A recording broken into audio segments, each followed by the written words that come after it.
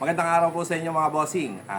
Happy Wednesday po sa inyo. Ngayon po mga bossing ay pag-usapan naman po natin yung ating pagbe-breeding sa ating mga alaga. Yung mga ginagamit po natin na brood stags, anong pamamaraan daw po ba ang ginagawa natin sa kanila. Alam niyo po mga bossing, ang brood stags po ay napaka-importante rin po sa pagbe-breeding. Hindi lang po ang ating mga inahin.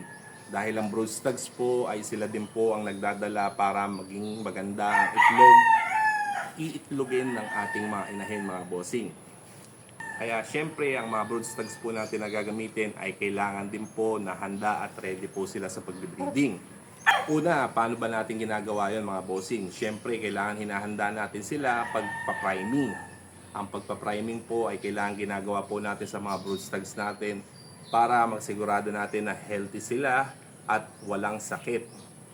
Pangalawa, ang pinaka-importante po, ano ba yung tips natin sa pagbe-breeding?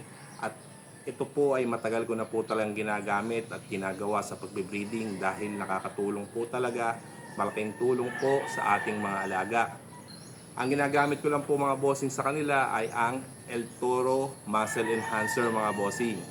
Dahil ang El Toro po ay may pampataas ng libido ng ating mga alaga at maganda po ang magiging similya niya. Kaya yun lang po ang ating pamamaraan sa pagbe-breeding para makatulong din po sa ating mga iitlogin ng ating mga inahin para maganda ang itlog nila. Maraming salamat po sa inyo. God bless po. Ano pa hinihintay nyo? Mag-El Toro na.